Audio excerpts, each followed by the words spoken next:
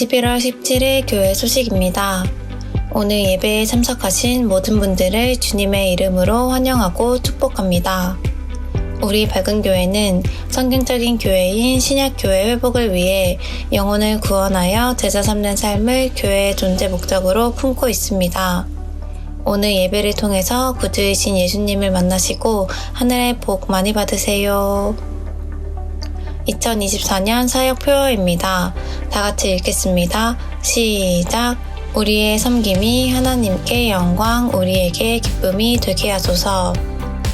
좋아조 목장 탐방이 있습니다. 은혜 목장 11월 21일 목요일이고 담당은 조장 및 목자입니다. 12월은 청미조 탐방입니다. 재직회가 있습니다. 시간은 11월 24일 주일 2부 예배 직후이고 제목은 4분기 재정보고입니다. 담당은 이한수 목자님입니다. 총 목자 모임이 있습니다. 시간은 11월 24일 주일 오후 3시 30분이고 장소는 2층 밝은 미래관입니다. 담당조는 라일락조입니다. 정기 공동회의가 있습니다. 시간은 12월 1일 주일 2부 예배 직후이고 주제는 24년 결산 25년 예산 보고입니다. 담당은 담임 목사입니다. 제2회 정책 기도회가 있습니다. 주제는 주님과 우리가 함께 가면 같이 열립니다. 일시는 12월 6일 금요일에서 7일 토요일이고 장소는 광림수도원입니다. 담당은 박혜성 목사님입니다. 가정교회 싱글 연합수련회가 있습니다. 일시는 25년 2월 6일 목요일에서 8일 토요일이고 1차 신청은 11월 1일에서 30일, 2차 신청은 12월 1일에서 31일, 3차 신청은 25년 1월에서 15일입니다. 장소는 괴산군 보람원이고 회비는 7만원입니다. 담당은 송미영 사모님입니다. 오은실 자매 결혼이 있습니다. 일시는 11월 23일 토요일 오후 1시 30분이고 장소는 강동 웨딩입니다. 예배 회복이 신앙의 회복입니다. 주일 연합 예배 영적 라이벌 16 리더의 기쁨 수요 예배 왜 성령인가 11 성령을 소멸하지 말아야 하는 이유 설교 동영상을 보며 말씀의 삶을 살려고 노력합니다. 설교 동영상으로 VIP와 결석한 목원들을 섬깁니다. 돕는 기도 부탁드립니다. 주님, 올해를 아름답게 퇴장, 내년을 행복한 등장으로 준비하도록 도와주시옵소서. 목자 목녀와 함께 목장을 세워갈 동역자인 목원들이 평신도 세미나에 참여하도록 은혜를 내려주시옵소서. 교회의 모든 환우들의 질병을 치료하여 주시옵소서. 다음 세대가 건강하게 세워지도록 지혜와 은혜를 내려주시옵소서. 교회 청소 섬김 목장입니다. 11월 16일에는 선원 목장, 11월 23일에는 수천 목장이 섬겨주시겠습니다. 교회 중직 섬김 목장입니다. 11월 17일에는 꿈꾸는 목장, 11월 24일에는 용인 목장이 섬겨주시겠습니다. 항상 교회를 섬기시는 우리 밝은 가족들이 자랑스럽습니다. 암송 구절입니다. 요한 2서 1장 12절 말씀 다 같이 읽겠습니다. 시작! 내가 바라는 것은 여러분에게 가서 얼굴을 마주보고 말하여 우리의 기쁨을 넘치게 하는 것입니다. 요한 2서 1장 12절 말씀 아멘.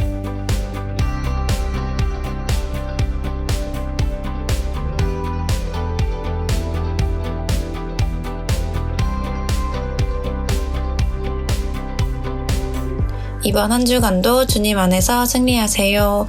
감사합니다.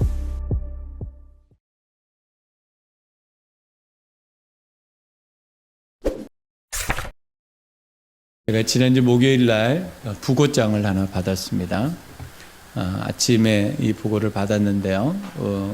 우리 교회에서 섬기고 있는 스천 목장의 이누아 선교사님, 한국 이름으로는 안길수 선교사님의 어머님이 소천 받았다는 소식을 들었습니다. 그래서 저녁에 주기철 목사님과 함께 한양대학병원의 장례식장을 방문하게 되었습니다.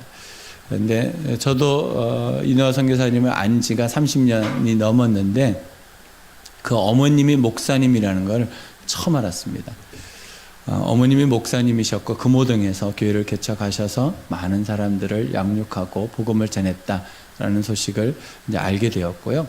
근데 더 놀라운 것은 제가 알고 있는 목사님이 이 이노아 선교사님의 어머님 밑에서 자라난 청년이었더라고요. 옥수동에 있는 옥수교회 남기환 목사님이 이 안기수 목사님의 어머님의 제자였더라고요. 그래가지고 이 목사님이 오셔가지고 위로 예배를 오전에 집례했다라는 얘기를 듣고 깜짝 놀랐습니다. 제가 알고 있는 분들이 다 이렇게 연결되어 있는 것을 보게 되었습니다. 저는 장례식을 가서 방문하고 위로하면서 또 기도하면서 그런 마음이 들더라고요. 하나님, 저도 나중에 죽고 난 다음에 우리 제자들이 와서 예배를 집례하면 참 좋겠다, 그런 소원이 생겼습니다. 제가 그런 마음을 가진 적이 없었는데 그런 마음이 갑자기 들더라고요. 내가 나중에 주님 앞에 설 때 이 땅에서 예배를 드리는 그 집례하는 자들이 제자들이 와서 그 예배를 인도하고 함께 섬기면 참 좋겠다라는 소원이 들었습니다. 여러분, 이 땅에 우리가 살아갈 때 뭘 남길 건가? 여러분, 확실히 분명한 것은 사람을 남겨야 됩니다. 근데 그 사람이 어떤 사람으로 남길 건가? 주님의 제자로 남겨야 됩니다. 그래서 여러분, 그 소원을 품고 내가 주님의 제자를 남기는 사람이 되겠다, 그 마음으로 기도하시고 섬겨가시면 그것이 여러분들에게 가장 큰 기쁨이고 영광이 될 줄로 믿습니다. 여러분 삶 속에 그 소원을 품고 살아가시기를 주님의 이름으로 축복합니다. 오늘 주제입니다. 리더의 기쁨은 제자입니다. 리더의 기쁨은 제자입니다. 시작. 리더의 기쁨은 제자입니다. 하나님께서 공동체 가운데 리더를 세워 가십니다. 가정 가운데도 리더를 세워갑니다. 어떤 곳에든지 리더를 세웁니다. 근데 그 리더의 기쁨이 뭘까? 제자라는 거예요. 오늘 요한 2서가 끝납니다. 끝나면서 요한 사도가 편지 보냈던 사람들에게 말하기를, 내가 지금 편지로서 다 말할 수가 없고 내가 당신들을 꼭 대면해서 만나고 싶다. 당신들이 나의 기쁨이기 때문이다 라고 이야기합니다. 요한 사도의 기쁨은 제자였습니다. 예수님의 기쁨도 제자였습니다. 우리가 이 땅에 사는 동안 무엇이 기쁨이 되어야 되냐면 제자가 기쁨이 되어야 됩니다. 그래서 예수님께서도 이 땅에 우리에게 말씀하신 것, 제자 삼으라고 말씀하시고 제자를 키우고 양육하라고 말씀하셨고, 우리 교회의 존재 목적 역시 영혼을 구원하여 제자 양육하고 제자를 세우는 것이 존재 목적인 것입니다.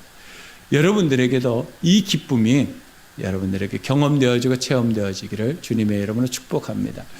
데살로니가 전서 2장 19절로 20절 같이 읽겠습니다. 우리 주 예수께서 오실 때 그분 앞에서 우리의 희망이나 기쁨이나 자랑할 면류관이 무엇이겠습니까? 그것은 여러분이 아니겠습니까? 여러분이야말로 우리의 영광이요 기쁨입니다. 바울의 기쁨, 바울의 영광이 무엇이었을까요? 그건 제자였습니다. 우리가 이 땅에 사는 동안 우리의 영광, 우리의 기쁨이 무엇이 되어야 되냐면 제자가 되어야 됩니다. 여러분 자녀가 여러분의 제자가 되어야 됩니다. 여러분의 목장에 있는 식구들이 여러분의 제자가 되어야 됩니다. 여러분들이 섬기고 있는 VIP들이 여러분의 제자가 되어야 됩니다. 그러려면 여러분이 먼저 주님의 제자가 되어야 됩니다. 내가 주님의 제자가 되어야지 그 예수님을 보고 내가 또 다른 사람을 섬겨서 제자로 세울 수 있는 겁니다. 우리 인생의 목표가 제자 삼는 겁니다. 제자를 세우고 이 땅에서 떠나는 것이 우리 목표인 줄로 믿습니다. 성경 이야기는 제자 이야기로 가득 차 있습니다. 아담의 제자는 누구였습니까? 아벨이었습니다. 그런데 아벨이 죽었죠. 그 다음에 태어난 셋이 아담의 제자였습니다. 노아의 제자가 있었습니다. 셈이었습니다. 아브라함의 제자가 있었습니다. 이삭이었습니다. 이삭의 제자가 있었습니다. 야곱이었습니다. 야곱의 제자가 있었습니다. 요셉이었습니다. 이렇게 하나님은 성경의 창세기로부터 요한계시록까지 제자 이야기로 가득 차 있다는 것을 발견하게 됩니다. 다윗의 제자가 누구입니까? 솔로몬이었습니다. 수많은 제자들이 세워졌습니다. 신약으로 넘어와서 예수님이 무슨 일을 하셨습니까? 12제자를 세우는 일을 하셨고 예수님의 승천하면서 유언적으로 우리에게 남기셨던 말씀이 제자 삼으라는 거였습니다. 그리고 교회들은 계속해서 제자를 만들어내고 제자를 세워가는 것을 교회 전제 목적으로 삼고 지금까지 오고 있습니다. 여러분, 우리가 이 땅에 사는 동안 무엇하며 살아야 되냐면 제자 삼고 살아야 됩니다. 여러분, 그 마음을 가지고 하나님 앞에서 기도하시고 여러분들이 제자가 되시고 제자 삼는 일에 집중하실 때 하나님이 말씀하실 거예요. 너의 영광이 무엇이냐, 너의 면류관이 무엇이냐, 너의 기쁨이 무엇이냐, 제자가 아니냐라고 말씀하실 겁니다.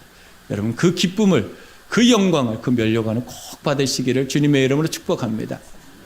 고린도전서 4장 15절입니다. 그리스도 안에서 여러분에게는 1만 명의 스승이 있을지라도 아버지는 여럿이 있을 수 없습니다. 그리스도 예수 안에서 복음으로 내가 여러분을 낳았습니다.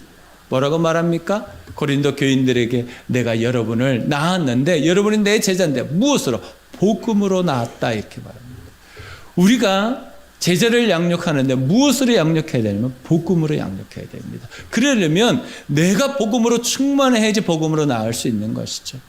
그래서 여러분 삶 속에 내가 복음으로 충만하게 해주십시오. 내가 예수로 충만하게 해주십시오. 예수를 그리스도로 믿어서 그분이 나의 구주 주인으로 내가 믿을 수 있도록 은혜를 내려달라고 여러분 소원하셔야 됩니다. 그래야지 제자가 나아질 수 있는데 그 제자가 어떤 제자가 나오냐면 복음으로 충만한 제자가 됩니다. 저는 여러분들이 복음으로 충만한 제자를 낳기를 주님의 이름으로 축복합니다. 그럼 어떻게 제자를 세워 가야 할까요? 세 가지로 나눕니다. 첫 번째는 예수님을 영접합니다. 예수님을 영접합니다. 시작. 예수님을 영접합니다. 요한복음 1장 12절 말씀입니다. 그러나 그를 맞아들인 사람들, 곧 그 이름을 믿는 사람들에게는 하나님의 자녀가 되는 특권을 주셨다. 아멘. 우리가 정말 제자가 되려면 그 첫 걸음은 무엇이 되냐면 예수님을 영접하는 것이 되어야 됩니다. 예수 그리스도를 나의 구주와 주인으로 믿는 것, 그게 첫 걸음입니다. 그래야지 제자가 됩니다. 우리는 다른 제자가 되는 것이 아니라 예수의 제자가 되어야 되거든요. 그러려면 예수님을 나의 구주와 주인으로 영접해야 됩니다. 마음에 받아들여야 됩니다. 그래서 그분이 우리에게 말씀하신 대로 살아가야 됩니다. 그분의 성품과 그분의 사역을 감당해야 하기 때문입니다. 그래서 여러분 마음 가운데 예수님을 나의 구주와 주인으로 영접하는 일을 여러분 날마다 하셔야 됩니다. 한 번으로 되어지는 것이 아닙니다. 과거, 현재, 미래 모든 시간들 속에 예수님을 날마다 고백해야 됩니다. 예수님이 나의 복음이라고 고백하는 삶을 살아야 된다는 것이죠. 힘들고 어려운 일이 있습니다. 그 힘들고 어려운 일들 가운데 무엇이 답인가? 예수가 답입니다. 예수만이 우리의 복음이기 때문입니다. 예수만이 우리의 기쁜 소식이고 복된 소식입니다. 예수만이 우리의 해결자 되십니다. 그래서 예수님을 우리는 받아들여야 되고 그 예수로 살아갈 때 우리의 삶에 주님의 은혜, 주님의 능력으로 내가 제자가 되어지고 내 주변 사람들이 제자가 되어지는 놀라운 기쁨을 누리게 된다는 것입니다. 저는 여러분들이 주님의 제자 되기를 원합니다. 그러려면 예수님을 나의 구주와 주인으로 여러분 꼭 영접하시고 믿으시기를 주님의 이름으로 축복합니다. 두 번째는 말씀으로 훈련합니다. 말씀으로 훈련합니다. 시작. 말씀으로 훈련합니다. 우리가 주님의 제자가 되려면 꼭 지나가야 될 과정이 말씀으로 훈련되어야 됩니다. 마태복음 28장 20절입니다. 내가 너희에게 명령한 모든 것을 그들에게 가르쳐 지키게 하여라. 보아라, 내가 세상 끝날까지 항상 너희와 함께 있을 것이다. 아멘. 예수님께서 마태복음 28장 20절 마지막 절이거든요. 승천하시면서 제자들에게 하셨던 말씀이 뭐예요? 너희들은 가서 제자를 삼으라고 말씀하시다. 그 제자를 어떻게 훈련해야 말씀으로 훈련하는 거예요. 그래서 말씀하시잖아요. 내가 너희에게 명령한 모든 것. 말씀. 주님께서 말씀하셨던 그 복음을 붙잡고 가야 되는데 그들에게 가르쳐 지키게 하라고 말씀하시는 거죠. 그러니까 우리가 제자를 양육한다, 제자를 세운다 할 때 무엇으로 하냐면 말씀을 하는 겁니다. 내 삶을 보여주는 것도 있습니다. 근데 그것은 무엇이 되어야 되냐면 내가 말씀 앞에 순종하는 삶을 보여줘야 됩니다. 그래야지 순종하는 자가 자라납니다.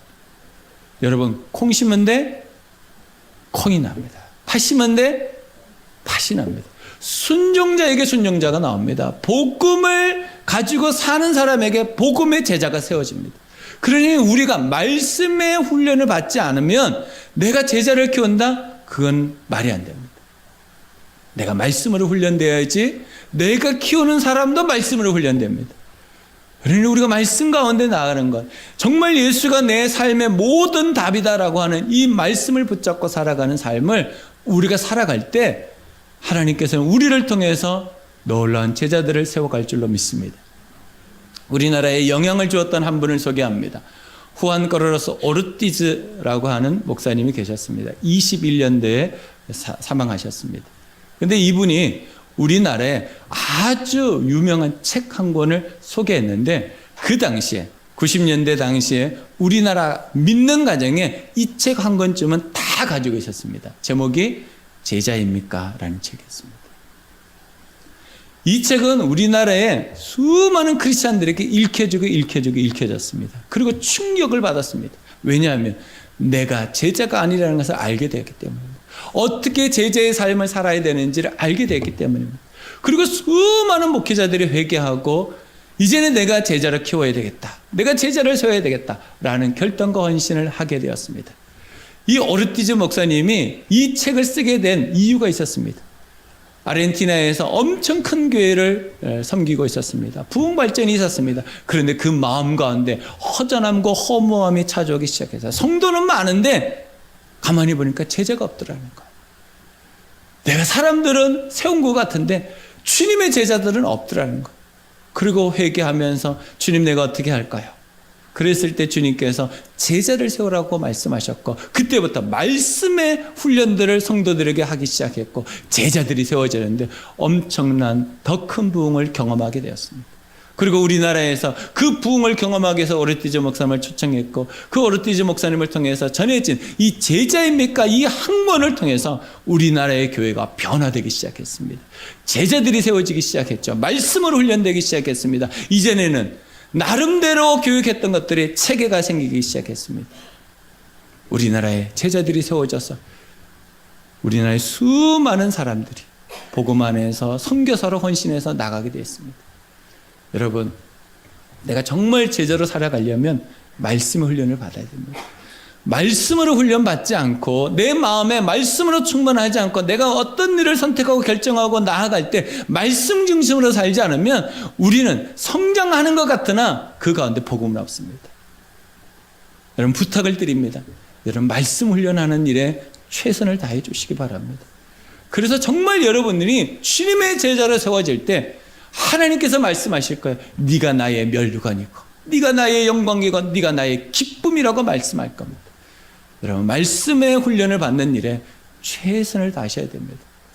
그래야지 주님의 제자가 되고 주님의 제자가 될 때 하나님의 기쁨이 될 줄로 믿습니다. 세 번째는 충성자로 세웁니다. 충성자로 세웁니다. 시작. 충성자로 세웁니다. 제자는 어떤 사람으로 세워야 되냐면 충성하는 사람으로 세워야 됩니다. 고린도전서 4장 1절로 2절 말씀입니다. 사람이 마땅히 우리를 그리스도의 일꾼이요 하나님의 비밀을 맡은 자로 여길지어다. 그리고 맡은 자들에게 구할 것은 충성이니라. 맡은 자들에게, 제자된 자들에게 해야 할 일은 그들이 살아야 될 삶의 모습은 뭐냐? 충성이라는 거예요. 충성이 뭡니까? 변하지 않는 마음입니다. 여전한 마음으로 그 말씀대로 살아가는 사람을 충성자라고 말합니다. 제자는 어떤 사람입니까? 하나님이 주신 말씀을 그대로 받아 순종하고 살아가는 충성자였습니다. 죽기까지 충성하셨던 그 모습을 보여주셨던 예수님이 충성을 보여주셨고 제자들이 예수님을 따라서 그런 충성의 삶을 살아가셨습니다. 그리고 교회들이 지금까지 이르게 되기까지 수많은 충성하는 사람들이 세워졌고 그들로 인해서 복음이 전해졌고 제자들이 세워졌습니다. 우리가 어떻게 살아야 되느냐? 충성하는 사람으로 살아야 됩니다. 하나님께서 우리에게 원하는 사람은 어떤 사람입니까? 작은 일에, 적은 일에 충성하는 사람입니다. 그럴 때 하나님께서 더 큰 것으로 채워주신다고 약속해 주신 것이죠. 자신을 미친 사람이라고 소개한 사람이 옥하는 목사님입니다. 광인, 옥하는 영화입니다. 근데 자기가 스스로 자기를 뭐라고 말하냐면 나는 미친 사람이다. 무엇에? 제자 삼는 일에 미친 사람이라고 말했습니다. 그리고 사랑의 교회를 섬기면서 우리나라에 이 책을 소개합니다. 평신도를 깨운다. 이 책을 소개했습니다. 이 책은 100세가 넘었습니다. 전 세계에 번역됐습니다. 그리고 지금도 국제 제자 훈련원에서 제자들을 양육하고 있습니다. 자기가 자기 스스로를 미쳤다라고 말합니다. 제자 세우는 일에 미쳤다고 했습니다. 그래서 오카노 목사님이 이렇게 말합니다. 제자를 세우려면 미쳐야지, 미치지 않고는 제자를 세울 수 없다라고 말합니다. 예수님은 제자 세우는데 미쳤던 분입니다. 그리고 12명의 제자를 세웠고 그 미친 자들에게서 또 제자들이 세워졌습니다. 죽기까지 순종하신 거죠. 우리가 어떻게 제자가 될 것인가? 충성자가 되어야 됩니다. 충성자는 어떤 사람인가? 미친 사람입니다.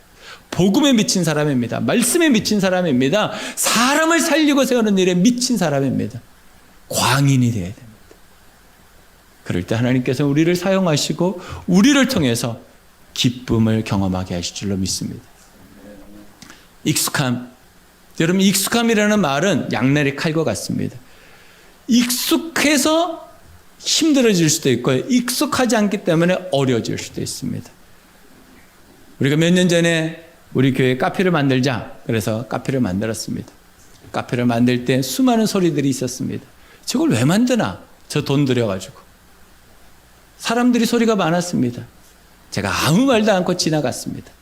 1년이 지나가서 저 카페 잘 만들었다고 사람들이 얘기했습니다. 2년 지나가서 카페 있으니까 너무 좋다고 합니다. 3년이 돼서 지금 저 카페 없으면 안 된다고 합니다. 익숙하지 않을 때 우리들에게 나오는 것은 불편함이 있습니다. 제가 식사 준비하는 분들을 보면서 항상 안타까웠습니다. 설거지 한다고. 그래서 식기세척기가 있으면 좋겠다라는 마음을 가졌습니다. 그래서 어떤 분하고 나눴는데 그분이 헌신하셔서 식기세척기를 샀어요. 샀더니 이걸 왜 사와가지고 이렇게 고생시키냐? 누가 이걸 시켜놨냐? 얘기를 했습니다. 익숙하지 않으니까 불편할 수 있습니다. 몇 개월이 지났습니다. 너무 잘 샀다. 반년이 지났으면 없으면 안 되겠다. 지금은요, 너무 잘 사용하고 있습니다. 여러분, 익숙할 때까지는 기다려야 됩니다. 교회는 특별히 익숙해지는데 시간이 필요한 것입니다. 여러분, 변화는 우리에게 필요합니다. 변화 없이 살 수는 없습니다. 하나님께서 우리에게 원하시는 건 변화입니다. 근데 그 변화 가운데 필요한 것이 익숙함입니다. 익숙해지려면 참아야 익숙해집니다. 그러지 않으면 절대로 익숙해지지 않습니다. 근데 익숙해 보십시오. 얼마나 우리에게 유익이 되는지 모릅니다. 제자가 되는 길이 그렇습니다. 제자가 되려면 시간이 필요합니다. 훈련을 받아야 됩니다. 그러면서 익숙해지면 주님께서 나에게 무엇을 원하는지를 알게 되고 그분 앞에서 익숙함으로 살아가게 됩니다. 여러분, 제자가 된다는 것이 쉽지 않습니다. 하지만 조금만 기다려 주시고 조금만 더 훈련 받으시고 조금만 더 한 걸음 나아가시면 익숙함을 경험하게 될 겁니다. 그 익숙함 가운데 하나님께서 우리에게 말씀하실 거예요. 너는 나의 면류관이다. 너는 나의 영광이다. 넌 나의 기쁨이라고 말씀하실 겁니다. 여러분들이 저는 제자가 되기를 원합니다. 우리 목자 목녀님들이 섬기고 있는 목장의 식구들이 제자가 되기를 소원하고 있지 않겠습니까? 저는 저의 제자를 목자 목녀라고 생각합니다.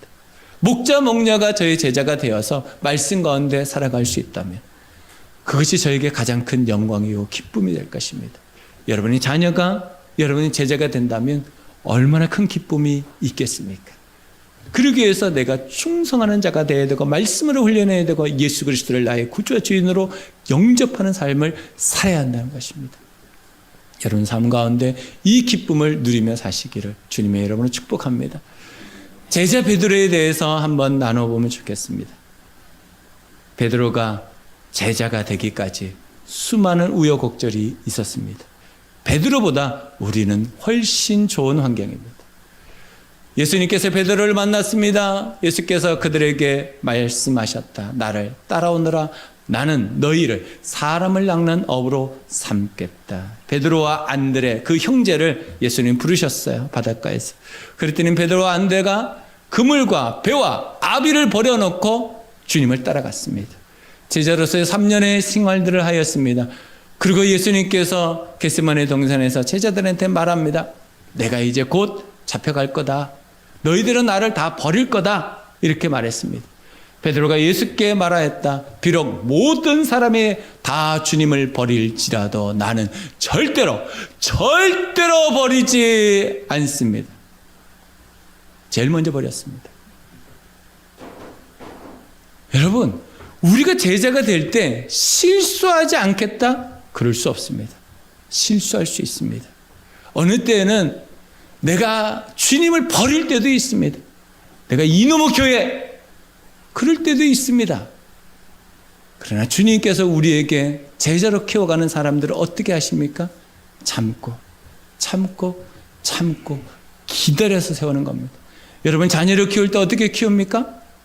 참지 않습니까? 기다리지 않습니까? 주님도 베드로에게 그렇게 하셨습니다.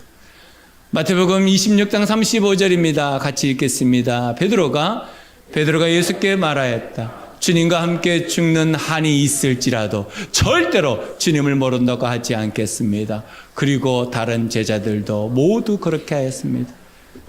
베드로뿐만 아니라 모든 제자가 예수님, 저는 절대로 예수님 버리지 않고 모른다고 말하지 않겠습니다. 제일 먼저 모른다고 했습니다. 그것도 3번이나 모른다고 했습니다. 욕하면서 모른다고 했습니다. 저주하면서 모른다고 했습니다. 그런데 예수님은 이런 베드로에게 찾아가신 거예요. 네가 달기 2번 울기 전에 나를 3번 부인할 것이다. 예수님은 아셨어요. 이 모든 제자들이 다 도망갈 거라고. 나를 모른다고, 나를 버릴 거라고 다 알았습니다.